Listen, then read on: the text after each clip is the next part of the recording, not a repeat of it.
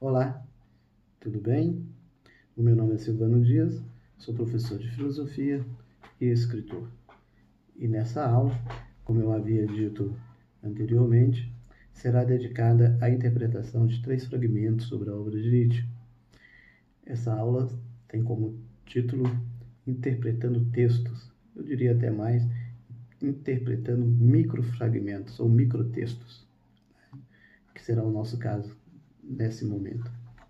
Para fundamentar naquela nossa exposição sobre o conceito de filosofia de Nietzsche, então eu escolhi 3 micros textos, para desenvolver a nossa interpretação.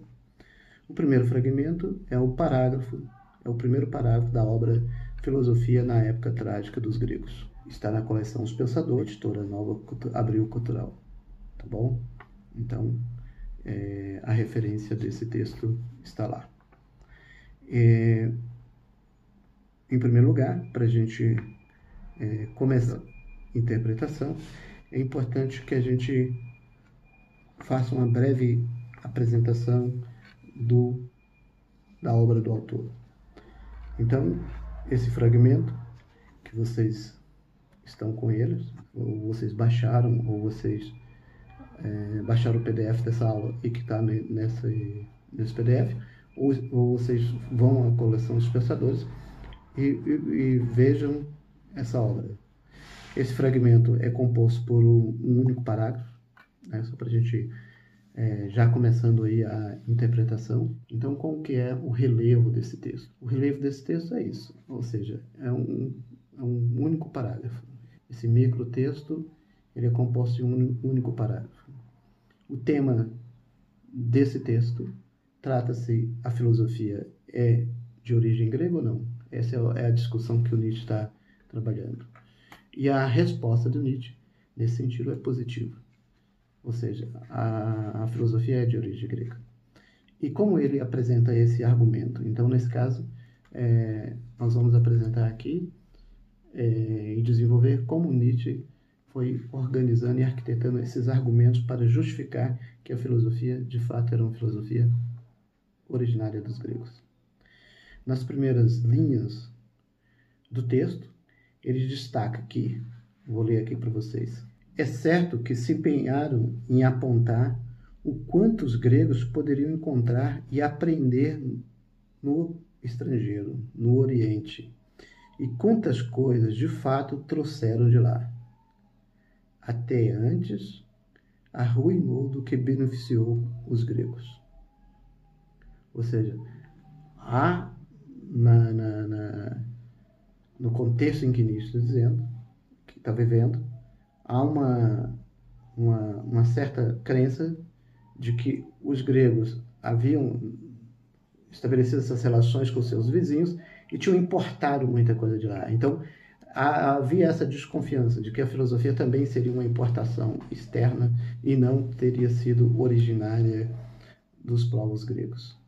E aí, nesse caso, esse é um ponto em que o Nietzsche vai trazer no seu texto para fazer o seu contraponto, para saber fazer a sua oposição a essa afirmação. Até certo ponto do texto, Nietzsche está apresentando um argumento corrente em sua época que a filosofia não se originou dos gregos. Havia essa ideia. Em oposição a esse argumento, ele afirma que, pelo contrário, eles sorveram toda a cultura viva de outros povos e, se foram tão longe, é precisamente porque sabiam retomar a lança onde um outro povo o abandonou para arremessá-la mais longe.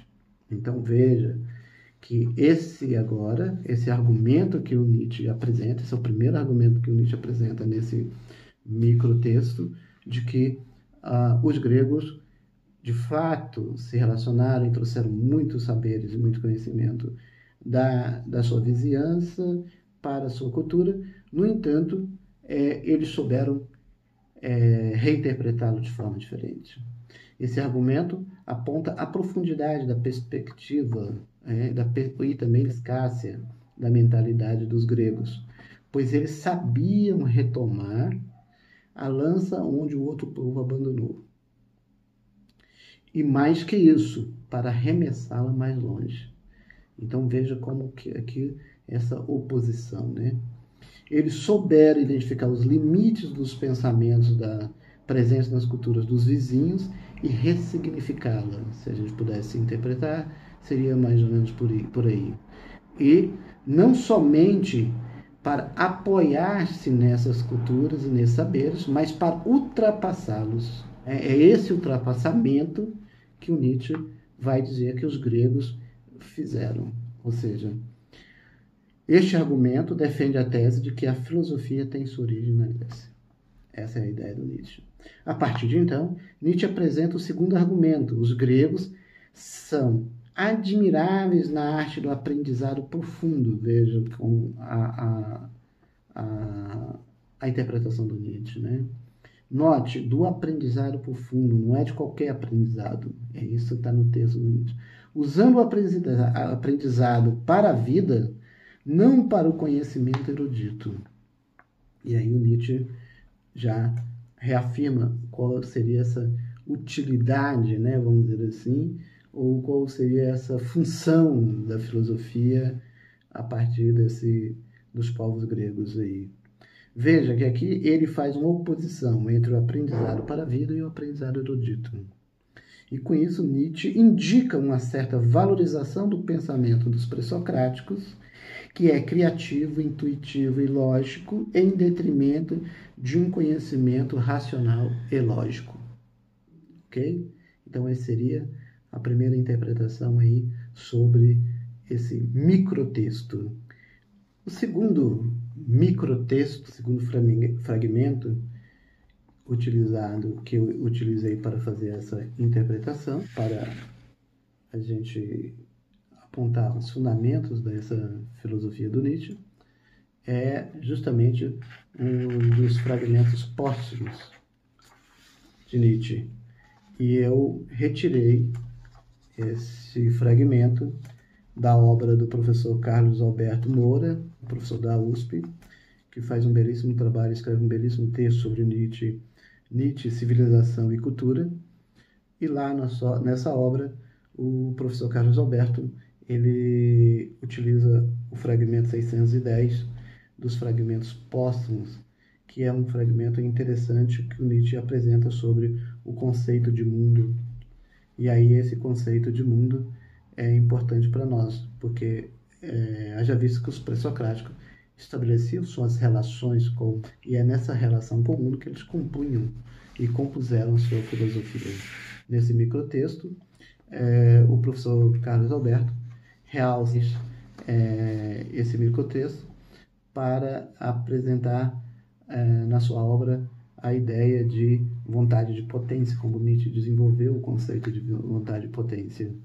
E nesse microtexto a gente vai perceber então o seguinte comentário, a gente pode extrair daí o seguinte comentário. Esse microtexto tem como tema o que é o mundo. Essa é a temática desse microtexto. E o seu primeiro argumento é uma monstruosidade de força que não se torna maior nem menor, que não se consome, mas se transmuta. Então, olha como o Nietzsche apresenta a ideia de mundo. Ou seja, o mundo é um conjunto de monstruosidade de forças. O Nietzsche apresenta o mundo como um conjunto de forças.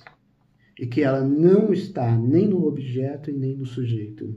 Ela está perpassando essas relações e, portanto, ela está o tempo inteiro em processo de transmutação. Essa definição não identifica essa força a uma matéria ou a um objeto específico. E, em seguida, Nietzsche apresenta o seu segundo argumento. Esse mundo é a vontade de potência e nada além disso.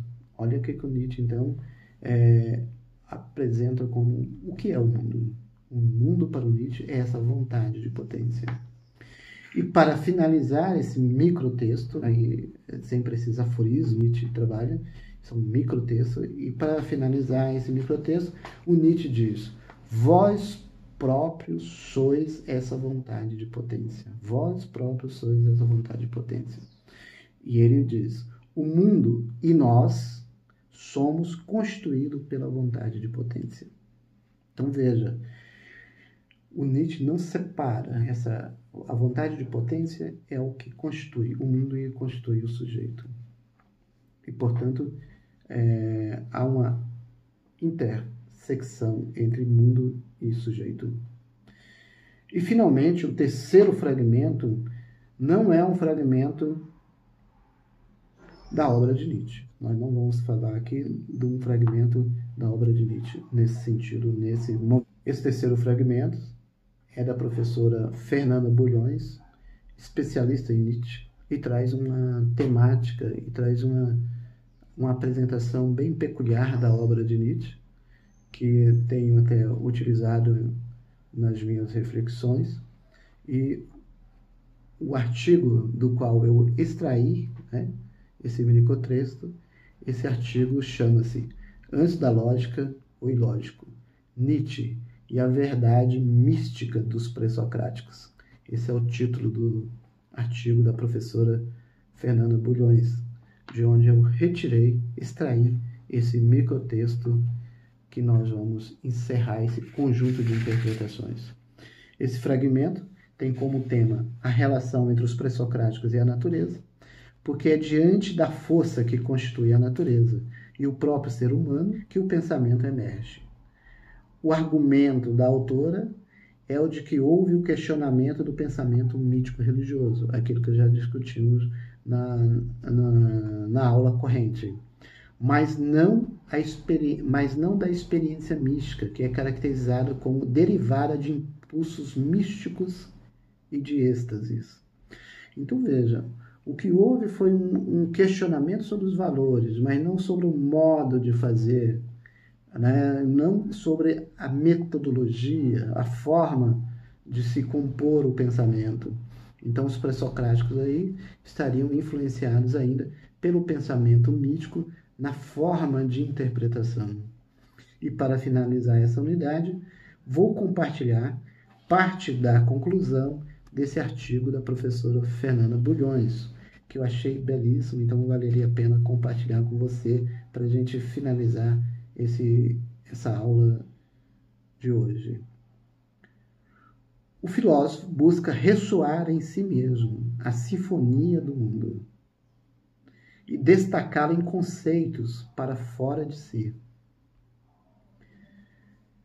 como manifestação da vontade de potência. Ou seja, essa vontade de potência é uma forma de exteriorização que perpassa o sujeito e o mundo, essa relação sujeito-mundo. A exposição dos princípios originários deu-se por eles terem sentido e ouvido, veja, os pré-socráticos terem sentido e ouvido o apelo de uma força que circulava por entre os objetos e os sujeitos, a qual possibilitou a sua manifestação e a superação de si mesma. Para melhor aproveitamento dessa unidade, surgiram então agora 3 questões para você.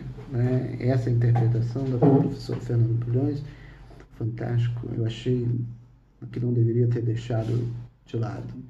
Queria compartilhar com vocês. Então, para agora auxiliar vocês a absorverem melhor esse conhecimento, vou deixar aí 3 questões. Qual é a origem da filosofia e como ela se relaciona com a vida? Ou seja, é isso que é importante agora. Ou seja, diante desses referenciais, qual é a origem da filosofia? Observe a si mesmo. Eu gostaria que você fizesse um exercício sobre si mesmo. Além de fazer um exercício conceitual, mental, eu gostaria também que você fizesse um exercício sobre si mesmo. Ou seja, observe a si mesmo e descreva o movimento da vontade de potência que habita a sua vida. Como, por exemplo, observem as suas experiências com seus sentimentos e emoções. Como que está o movimento interno dos seus movimentos, dos seus sentimentos e das suas emoções, tristeza e alegria. Como que isso ocorre na sua vida? Como que se dá essa relação amor e ódio, né? Como você observa o mundo e observa os outros e, ao mesmo tempo, logo saem determinados julgamentos, ou seja, prejuízos? Como estão suas crenças? Como que você percebe suas crenças, que elas vão permeando a sua vida, a sua existência?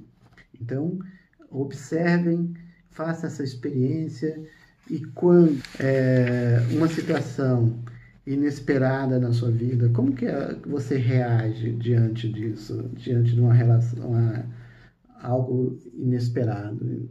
Como que seus sentimentos, né? Como que suas emoções são afetadas e você reage diante de algo que você não tinha previsto? Veja a expressão. A expressão que eu usei foi previsto. Ou seja, parece que quando nós prever determinadas ações, parece que quando a gente faz uma previsão do que vai ocorrer, parece que nós agimos de um modo.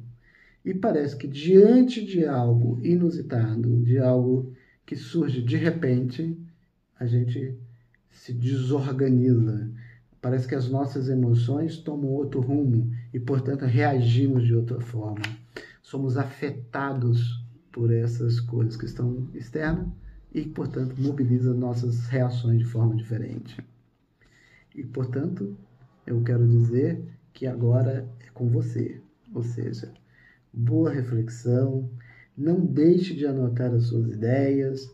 Daqui a pouco nos vemos na terceira unidade.